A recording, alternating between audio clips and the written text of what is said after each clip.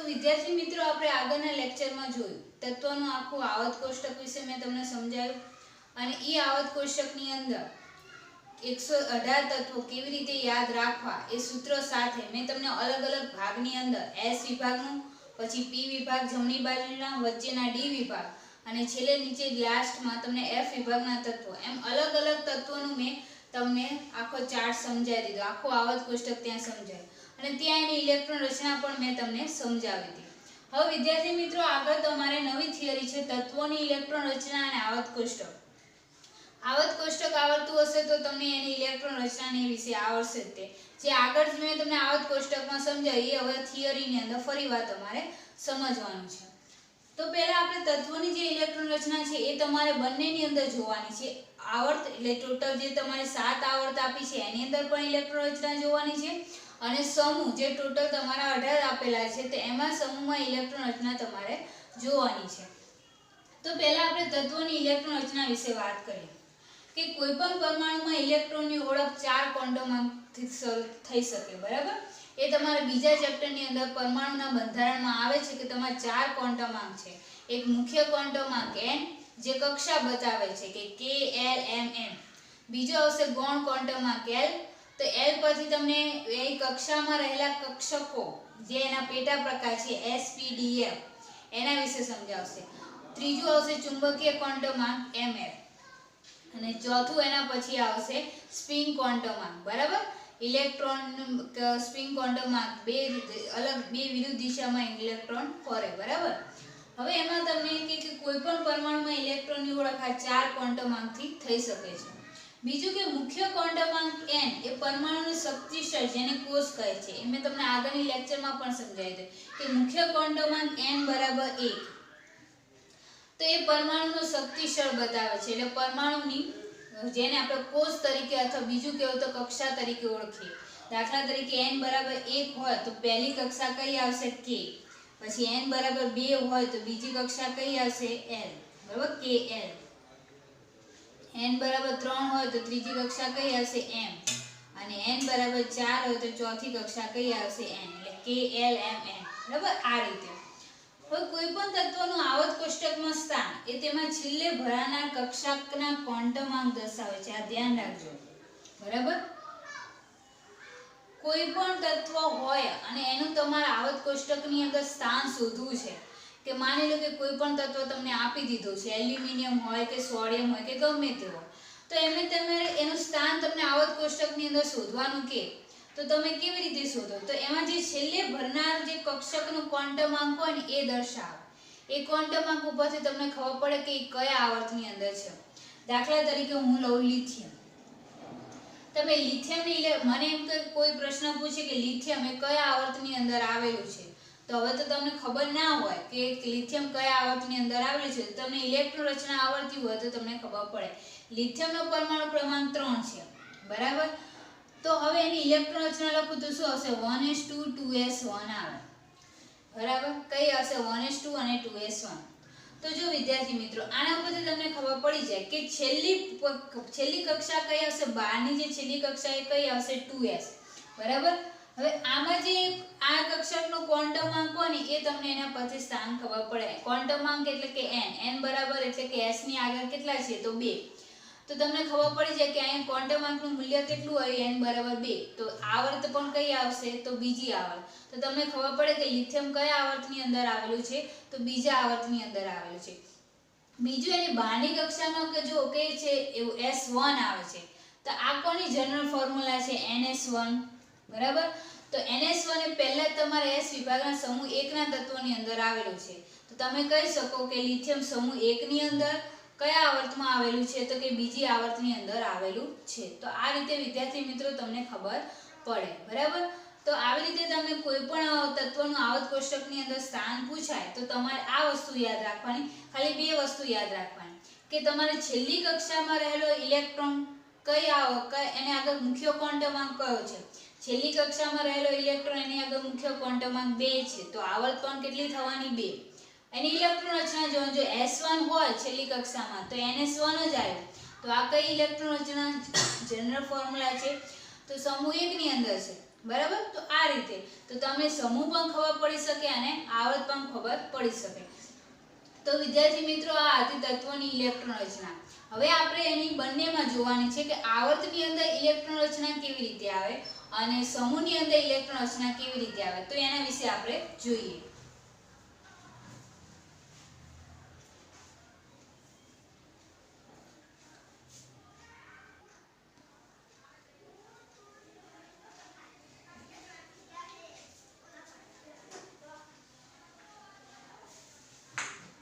તો વિદ્યાર્થી મિત્રો આપણે અહીંયા આવર્તની અંદર ઇલેક્ટ્રોન રચના જોઈએ. બરાબર. સમૂહની અંદર પછી જોઈએ, પહેલા આવર્તની અંદર ઇલેક્ટ્રોન રચના જોઈએ. તો એમાં આવર્ત ક્રમ છે એ બાહ્યતમ કક્ષા માટે મુખ્ય ક્વોન્ટમાંક n નું મૂલ્ય દર્શાવે છે. મુખ્ય ક્વોન્ટમાંક n. બરાબર. આવર્તનો જે ક્રમ છે તમારે ટોટલ 7 આવર્ત આપેલી છે 1 2 3 4 5 6 7.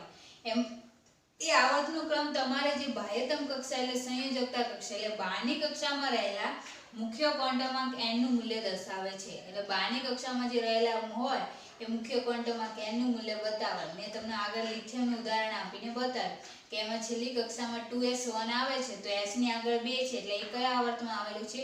બીજા આવર્તમાં આવેલું છે. મુખ્ય ક્વોન્ટમાંક પણ કેટલો છે? બીજો. બીજું કે n કક્ષકો માટે n² જેટલી કક્ષકો હોય અને 2n² જેટલા ઇલેક્ટ્રોન હોય.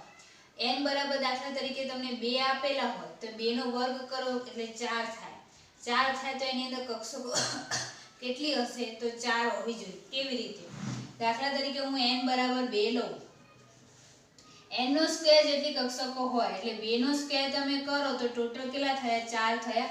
4 કક્ષકો થઈ. કેટલી? 4 કક્ષકો. 4 કક્ષકો કઈ કઈ? તો પહેલી એક આવશે s અને બીજી આવશે p. s ની એક જ છે અને p ની ટોટલ કેટલી છે? 3 કક્ષકો છે. એટલે 3 ને ટોટલ કેટલી? 4 કક્ષકો થઈ ગઈ. ઇલેક્ટ્રોનની સંખ્યા કેટલી હોય? તો ઇલેક્ટ્રોનની સંખ્યા 2n². એટલે 2 કૌંસમાં 2 નો વર્ગ કરો એટલે 2 નો સ્ક્વેર 4, 4 ને 2 8. એટલે કેટલી કક્ષકો હશે? એટલે કેટલા ઇલેક્ટ્રોન હશે? તો 8 ઇલેક્ટ્રોન હોય. તેનો મીનિંગ એવો થાય કે તમે n બરાબર 2 લો છો તો બીજા આવર્તની અંદર ટોટલ તત્વો કેટલા આવશે? તો 8 તત્વો હોય. જેટલા ઇલેક્ટ્રોન હશે એટલા તત્વોની સંખ્યા હશે. બીજું કે આવર્તમાં તત્વોની સંખ્યા એ પરમાણ્વીય કક્ષકોની સંખ્યાથી બમણી હોય. કેવી રીતે? જે તત્વોની સંખ્યા તમને જે આવર્તની અંદર બતાવી છે ને એ તમારા જેટલા પરમાણ્વીય કક્ષકો હોય ને એનાથી કેવી હોય? બમણી હોય. દાખલા તરીકે આપણે પરમાણ્વીય કક્ષકો આની અંદર તમારે દાખલા તરીકે 4 આવી છે. બરાબર. તો 4 હશે પરમાણ્વીય કક્ષકો તેને ડબલ કરીએ એટલે 4 ના ડબલ કરો એટલે કેટલા થાય? 8 થાય. તો એ આવર્તની અંદર તત્વોની સંખ્યા કેટલી થઈ? 8 થઈ. બરાબર. એટલે પરમાણ્વીય કક્ષકોની સંખ્યાથી કેટલી હોય? બમણી હોય. હવે તમને સાથે સાત તમને જે આવર્ત આપેલા છે એના વિશે તમારે આપેલું છે. બરાબર. પહેલું આવર્ત 8 છે. તેનો ક્વોન્ટમાંક નંબર n બરાબર કેટલો આવશે? 1. એમાં પહેલા આવર્તની અંદર તત્વો કેટલા આપેલા છે? 2 તત્વો આપેલા છે. એક હાઇડ્રોજન જે આપણે s વિભાગની અંદર બતાવ્યું હતું તો એની ઇલેક્ટ્રોન રચના 1s1 અને બીજું ઉમદા વાયુ સમૂહમાં આવતું તો હિલિયમ બીજા નંબરનું તત્વ તો એની ઇલેક્ટ્રોન રચના 1s2. આ બંને કઈ કક્ષા કોષમાં આવશે અથવા કક્ષામાં આવશે? તો પહેલી કક્ષાની અંદર આવે જેને k તરીકે ઓળખવામાં આવે. પ્રથમ કોષ. બરાબર. એ રીતે. પછી આવર્ત નંબર બીજો તો એમાં n બરાબર કેટલા આવશે? 2. પણ એમાં તત્વોની સંખ્યા કેટલી હશે? ટોટલ 8 તત્વો હશે એની અંદર. બરાબર. બીજાની અંદર તમારે 8 તત્વો થયા. કારણ કે તમે આની અંદર મૂકો કે 2 નો સ્ક્વેર કરો 4 કક્ષકો એટલે 4 કક્ષકો એટલે એનાથી બમણા શું હશે? તત્વો. એટલે 8 તત્વો એની અંદર આવે. એમાં તમે બીજો આવર્ત જો તો લિથિયમ થી સ્ટાર્ટ થાય છે. ત્રીજા નંબરનું જે તત્વ છે આવર્તની અંદર તમારે પરમાણુ ક્રમાંક ત્રીજો છે. આવર્ત 2 થી બીજાની અંદર લિથિયમ થી સ્ટાર્ટ થાય તો લિથિયમ થી તે તમારે અહીંયા નિયોન આવશે Ne. બરાબર. તો લિથિયમની ઇલેક્ટ્રોન રચના લખો. લિથિયમનો પરમાણુ ક્રમાંક 3 એટલે 1s2 અને 2s1. તો લિથિયમ થી તમે સ્ટાર્ટ કરો તો આમ તમે જાઓ તો ટોટલ 8 તત્વો થાય. બરાબર. તો તમારે લિથિયમ ત્રીજા નંબરનું, ચોથા નંબરનું તમારે કયું આવશે? તો બેરેલિયમ. બેરેલિયમ પછી એવી રીતે તમે સામે p વિભાગમાં જાઓ એટલે 13, 14, 15, 16, 17 ને 18 તો નિયોન સુધી આવે. તો તો નિયોન સુધી પૂરું થાય એટલે 1s2 2s2 2p6 નિયોન એટલે કેટલા 10 ઇલેક્ટ્રોન પૂરેપૂરા ભરાયેલા હોય ઉમદાવાળી તો 6 ને 2 8 ને 2 10 અને એ કઈ કક્ષામાં આવેલા હોય તો એલ કોષની અંદર આવેલા હોય. હવે ત્રીજા આવર્તની વાત કરીએ તો ત્રીજા આવર્તની અંદર તે તમારે n બરાબર મૂલ્ય શું આવશે? સોરી n બરાબર 3 બરાબર. એનો મુખ્ય ક્વોન્ટમમાં n બરાબર કેટલા આવશે? 3 આવશે. આવર્ત ત્રીજો એની અંદર પણ કેટલા તત્વો આવશે તો 8 તત્વો આવશે. તો તમે જો ત્રીજા આવર્તમાં પણ 8 તત્વો છે. પહેલામાં 2, બીજું અને ત્રીજું બંનેમાં 8 8, પછી ચોથા અને પાંચમામાં 18 18 અને પછી 32. તો સોડિયમ થી એમાં સ્ટાર્ટ થાય છે. સોડિયમનો પરમાણુ ક્રમાંક 11 તો ઇલેક્ટ્રોન રચના જો 1s2 2s2 2p6 6 ને 2 8 ને 2 10 10 ને 1 11 એટલે નવો દાખલ થતો ઇલેક્ટ્રોન શેમાં ભરાશે? 3s માં. આમાં નવો દાખલ થતો ઇલેક્ટ્રોન શેમાં ભરાય? 2s માં. અને આર્ગોન સુધી જોવાનું છેલ્લે તમારે આપણે p વિભાગના તત્વો સુધી તો તમે જોજો એમાં 3s2 3p6 બરાબર 3p6 સુધી પૂરેપૂરું ભરાયેલું હશે એટલે ટોટલ 18 તત્વો ભરાયેલા છે. એટલે આ કઈ આવશે? m કોષ તરીકે ઓળખવામાં આવે. આ ત્રીજી કક્ષા તરીકે ઓળખવામાં આવે બરાબર. હવે એના પછી આપણે જોઈએ આવર્ત નંબર 4 અને આવર્ત નંબર 5.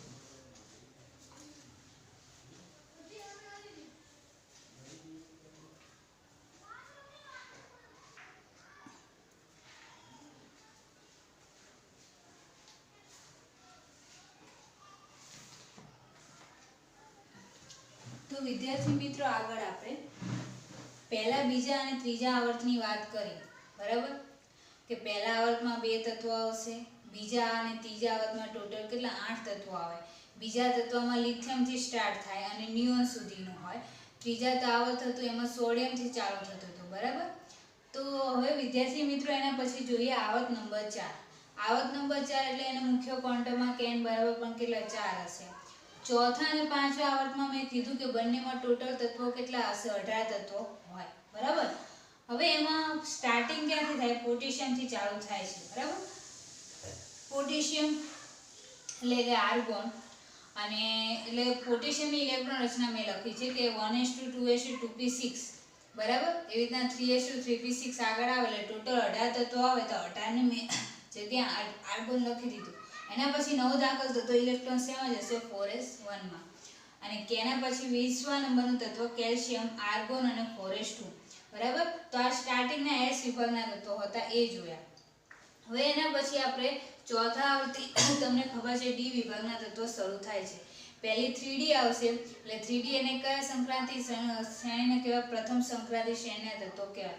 એમાં તમારે સ્કેન્ડિયમથી ઝિંક સુધી આવે. એટલે સ્કેન્ડિયમથી ઝિંક સુધી 21 થી 30 નંબરના પરમાણુ ક્રમાંકના આવે બરાબર. સ્કેન્ડિયમથી ઝિંક સુધીના આવશે એટલે એમાં દાખલ થતો ઇલેક્ટ્રોન કોની અંદર દાખલ થશે? તો 3d કક્ષકની અંદર એની અંદર દાખલ થશે.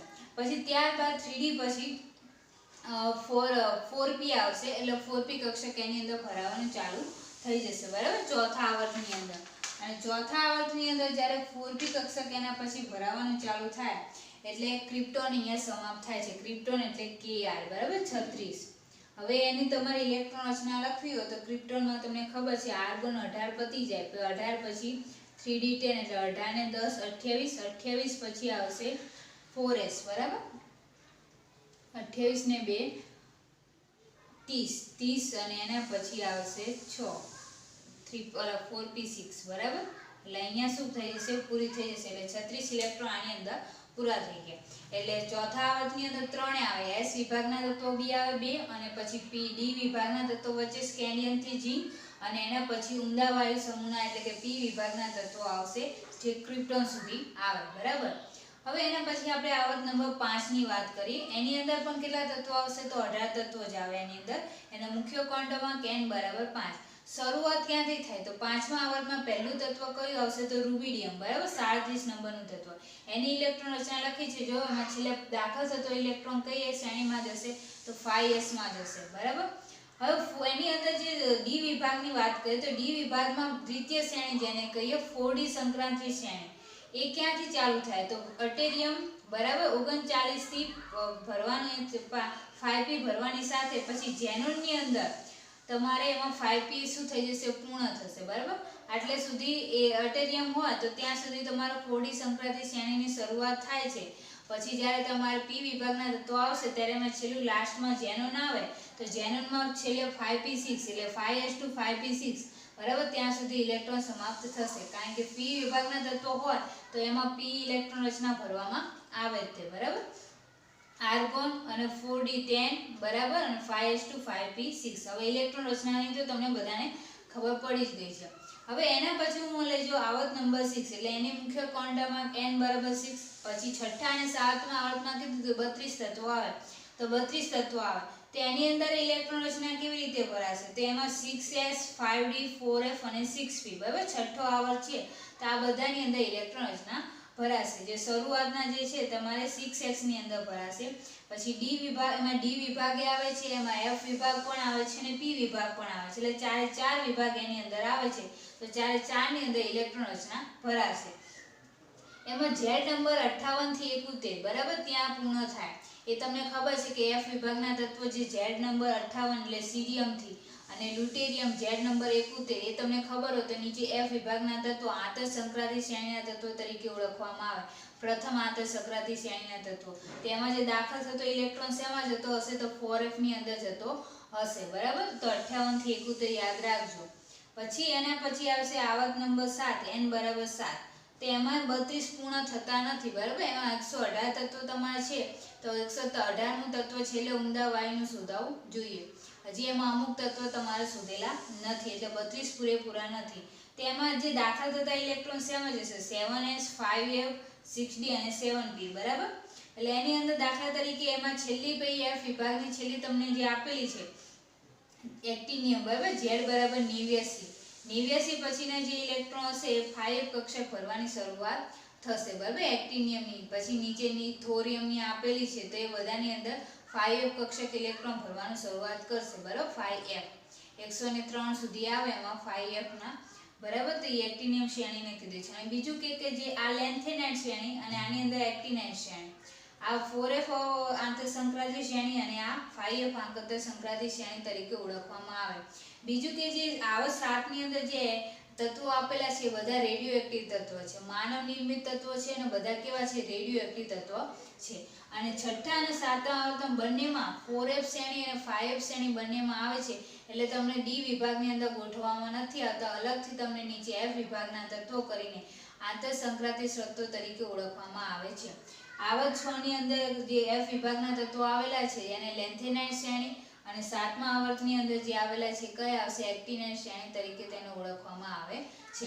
તો વિદ્યાર્થી મિત્રો આપણે જે આ વાત કરી આવર્તમાં ઇલેક્ટ્રોન રચના બરાબર. ટોટલ સાથે 7 આવર્તમાં તમને આવર્ત કોષ્ટક ઉપરથી ખબર પડશે એટલે આવર્ત કોષ્ટક જેને આવડતું હશે એમાં આ ખબર પડી જશે કે પહેલી આવર્ત હોય તો એમાં એમાં 2 તત્વો જ આવે. બીજી આવર્ત હોય તો એમાં 8 તત્વો છે. બીજા અને ત્રીજામાં બંનેમાં 8 તત્વો છે બરાબર. અને બીજા અને ત્રીજામાં ખાલી S વિભાગ અને P વિભાગના તત્વો આવે. પછી ચોથી જે આવર્ત છે તો ચોથા આવર્તમાં S D અને P ત્રણે ત્રણ આવે. ચોથા અને પાંચમામાં બંનેમાં 18 તત્વો એટલે એની અંદર S D અને P બંને આવે. છઠ્ઠું અને જે સાતમું આવર્ત છે તો એની અંદર S F D અને P ચારે ચાર વિભાગના તત્વો એની અંદર આવે છઠ્ઠા અને સાતમાની અંદર. હવે વિદ્યાર્થી મિત્રો તમને ચોપડીની અંદર એક એક્ઝામ્પલ આપેલું છે કે તમને કીધું છે કે આવર્તની અંદર 18 તત્વો છે બરાબર. હવે આ એક્ઝામ્પલ હું તમને સમજાવું. પહેલા તો મેં તમને કીધું હતું કે આવર્તમાં કોઈ બી તત્વનું સ્થાન શોધવું હોય તો કેવી રીતે શોધવાનું તો એ તો તમને મેં આગળ સમજાવી દીધું કે એને છેલ્લી કક્ષામાં જે ઇલેક્ટ્રોન ભરેલો હોય ને એની આગળનો જે મુખ્ય ક્વોન્ટમ આંક હોય એના પરથી તમને ખબર પડે કે તમારે આવર્ત કોષ્ટકની અંદર તમે એનું સ્થાન નક્કી કરી શકો. તમને એક્ઝામ્પલ નંબર કોયડો તમને આપેલો છે 3.2. તમને કીધેલું છે આવર્ત કોષ્ટકમાં પાંચમા આવર્તમાં 18 તત્વો છે. કેટલા આવર્ત કોષ્ટકમાં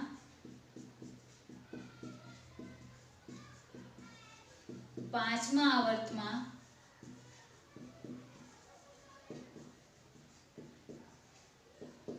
18 તત્વો છે.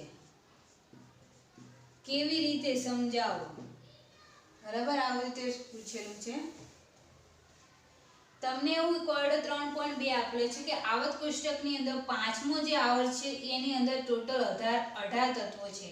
તો 18 તત્વો કેવી રીતે છે એ તમને સમજાવો. હું તમને અહીં એક સમજાવું છું, એના પછી તમને કોઈ બી આવર્ત આપેલી હશે અને એની અંદર કેટલા તત્વો છે અથવા આટલા તત્વો છે તો કેવી રીતે છે એ સમજાવો. તો દાખલા તરીકે આવર્ત કોષ્ટકમાં પાંચમું આવર્ત એટલે આવર્ત નંબર કયો થયો? 5. આવર્ત નંબર 5 એટલે મુખ્ય ક્વોન્ટમાંક n બરાબર પણ કેટલા થશે? 5 થશે. બરાબર. હવે તમને ખબર હોય કે આવર્ત નંબર 5 અને n બરાબર 5 હોય તો એની શક્ય કક્ષકો કેટલી છે? તો કક્ષકો તમને ખબર પડે કે 5s 4d અને 5p. બરાબર. મુખ્ય ક્વોન્ટમાંક 5 હોય તો તમારે યાદ રાખવાનું કે એની કક્ષકો આટલી હોય 3, 5s 4d અને 5p. બરાબર. આ એની કક્ષકો હશે. હવે તમને ખબર છે s નંબરની કક્ષક કેટલી હોય? 1. d નંબરની કક્ષક કેટલી હોય? તો કે 5. બરાબર. અને p નંબરની કક્ષક કેટલી છે? તો કે 3. બરાબર. s ની કક્ષક હંમેશા એક જ હોય. d ની કક્ષકો કેટલી છે? 5 છે. p ની કેટલી છે? 3 છે. અને f ની પૂછાય તો કેટલી આવશે? 7. હવે ટોટલ કક્ષકો કરો તો ટોટલ કક્ષકો કેટલી થઈ? કક્ષકો બરાબર 5 ને 3 8 ને 1 9. કેટલી થશે? 9 કક્ષકો થઈ. બરાબર. તો 9 કક્ષકો થઈ તો ઇલેક્ટ્રોનની સંખ્યાનું સૂત્ર હતું આપણે ઇલેક્ટ્રોનની સંખ્યા બરાબર સૂત્ર શું આવશે? 2n². બરાબર.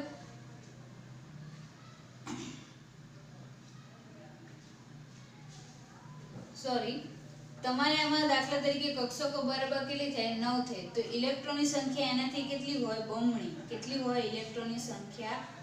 બમણી. તો 9 ને 9 ટોટલ કેટલા થશે? 18 હશે. તો જેટલા ઇલેક્ટ્રોન હોય એટલા શું હોય? તત્વો હોય. આવર્તની અંદર એટલા તત્વો હોય. જેટલા ઇલેક્ટ્રોન હોય તો એટલા એની અંદર તત્વો હોય. તો માટે આવર્તમાં તત્વો બરાબર કેટલા હશે? 18. બરાબર. આવર્તમાં તત્વોની સંખ્યા બરાબર 18. બરાબર. આ રીતે થાય. જેટલી કક્ષકો હોય એનાથી ડબલ ઇલેક્ટ્રોનની સંખ્યા હોય તો આવર્તમાં તત્વોની સંખ્યા બરાબર કેટલી થશે? 18 થશે. બરાબર. તો વિદ્યાર્થી મિત્રો અહીંયા આવર્ત કોષ્ટકની અંદર પાંચમા આવર્તમાં 18 તત્વો કીધા. માની લો કે તમને છઠ્ઠા આવર્તમાં તત્વો કેટલા પૂછે તો શું કરશો? છઠ્ઠો આવર્ત એટલે n બરાબર 6 થશે. n બરાબર 6 થાય એટલે 6x બરાબર. હવે આની અંદર 5f આવશે. 6f 5f બરાબર. પછી 4d અને 6p. બરાબર. આ રીતે આવે 6f 5f 4d અને 6p. બરાબર. આ રીતે એની અંદર આવશે. તો વિદ્યાર્થી મિત્રો એમાં આ રીતે તમે કરી શકો. હવે એના પછી આપણે સમૂહમાં ઇલેક્ટ્રોન રચના જોઈએ.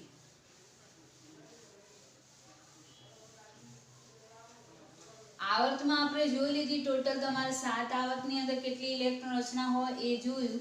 હવે એના પછી સમૂહમાં ઇલેક્ટ્રોન રચના.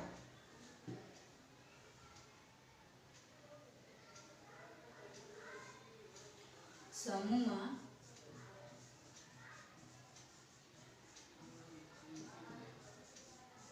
ઇલેક્ટ્રોન રચના.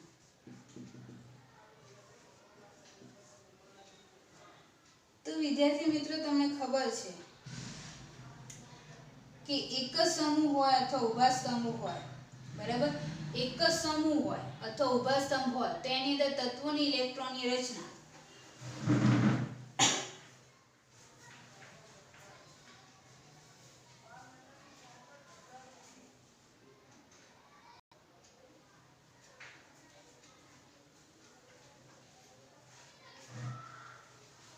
તો વિદ્યાર્થી મિત્રો આપણે અહીંયા જોઈએ સમૂહમાં ઇલેક્ટ્રોન રચના. બરાબર. આવર્તની જોઈએ. હવે પછી આપણે સમૂહમાં જોઈએ કે એક જ સમૂહમાં રહેલા તત્વોના સંયોજકતા કોષની એટલે કે બાહ્યતમ કક્ષાના જે ઇલેક્ટ્રોન રચના હોય ઇલેક્ટ્રોન રચના કેવી હશે? સમાન હોય. અને ઇલેક્ટ્રોનની સંખ્યા પણ કેવી હોય? સમાન હોય. તથા એના ગુણધર્મો પણ કેવા હોય? સમાન હોય. બરાબર. હવે દાખલા તરીકે સમૂહ એકના તત્વોની તમે બાહ્યતમ કક્ષાની ઇલેક્ટ્રોન રચના કહો છો. બરાબર. આખીની બાહ્યતમ કક્ષાની ઇલેક્ટ્રોન રચના કઈ આવશે? NS1. સમૂહ એકના જે આલ્કલી ધાતુ તત્વો તરીકે ઓળખાય છે અને સમૂહ 2 ની અંદર આલ્કલાઇન અર્ધતત્વો તરીકે ઓળખાય છે તો એની ઇલેક્ટ્રોન રચના કેટલી હશે? બાહ્યતમ કક્ષાની NH2. બરાબર. તો એ રીતે તો આપણે પહેલા સમૂહની વાત કરીએ લિથિયમ.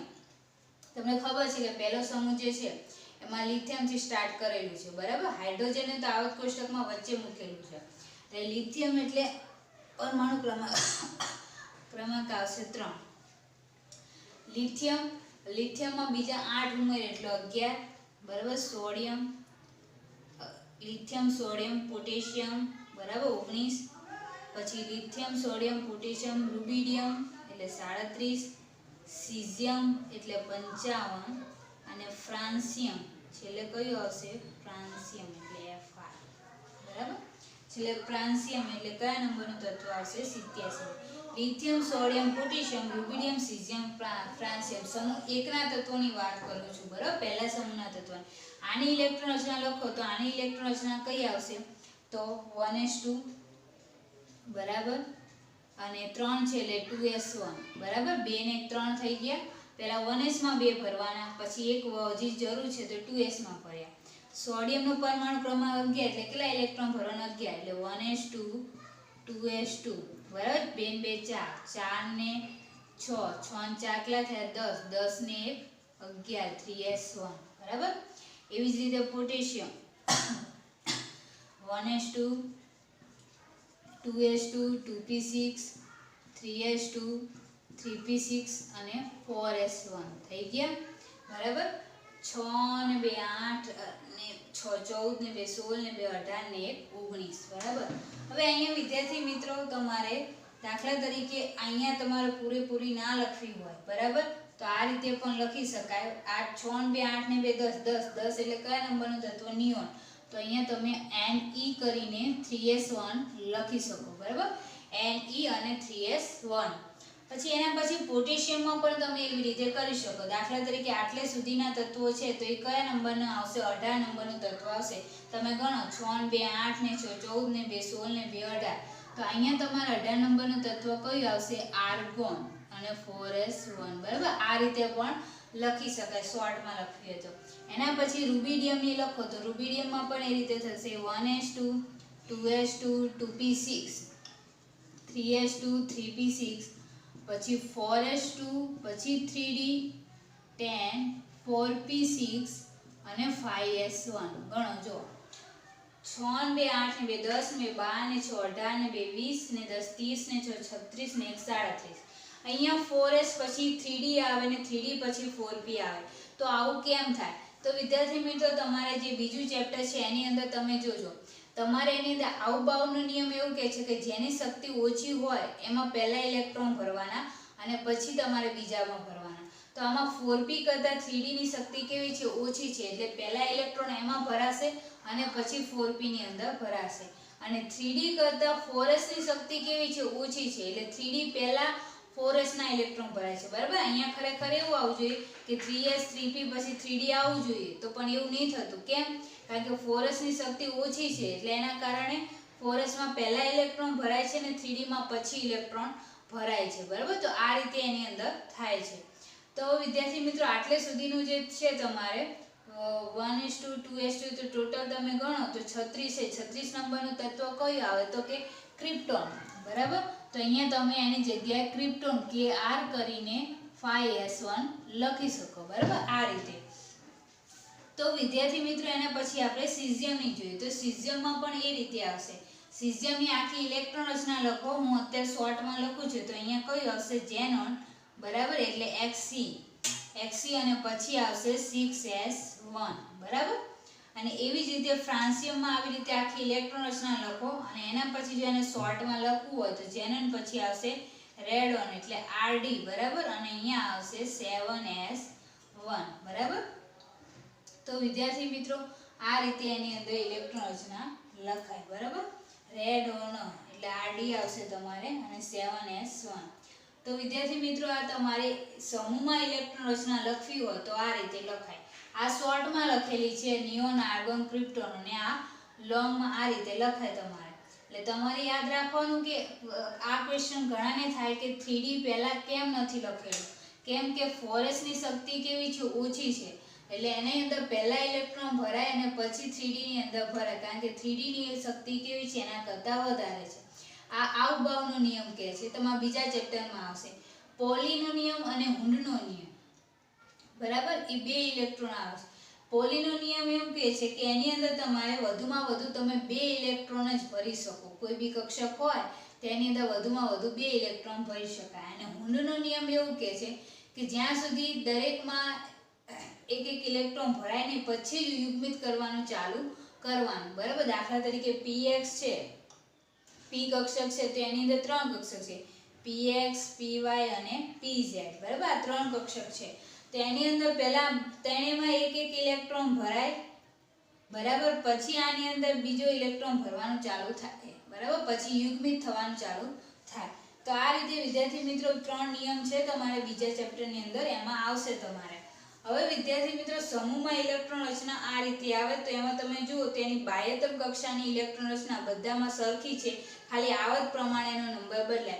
લિથિયમ બીજા આવર્તમાં આવેલું છે એટલે એની બાહ્યતમ કક્ષા 2s1, સોડિયમ ત્રીજા આવર્તમાં આવેલું છે એટલે 3s1, પોટેશિયમ ચોથામાં એટલે 4s1, રૂબિડિયમ પાંચમામાં એટલે 5s1, સીઝિયમ છઠ્ઠામાં એટલે 6s1, ફ્રાન્સિયમ 7s1. બરાબર.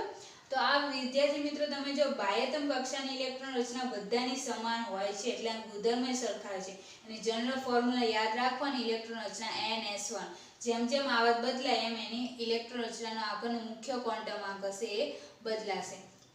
હવે વિદ્યાર્થી મિત્રો એના પછી આપણે આગળનો જે લેક્ચર હશે એની અંદર તમારે ઇલેક્ટ્રોન રચના અને તત્વનો પ્રકાર, મેં તમને કીધું એમ કે ઇલેક્ટ્રોનની રચના અને તત્વના પ્રકાર, તત્વનું વર્ગીકરણ કરવા માટે તમારે અહીંયા ઇલેક્ટ્રોન રચનાને આધારે એને તમારે પેટા કોષની અંદર S, P અને D અને F ચારે 4 વિભાગમાં એનું વર્ગીકરણ કરવામાં આવેલું છે.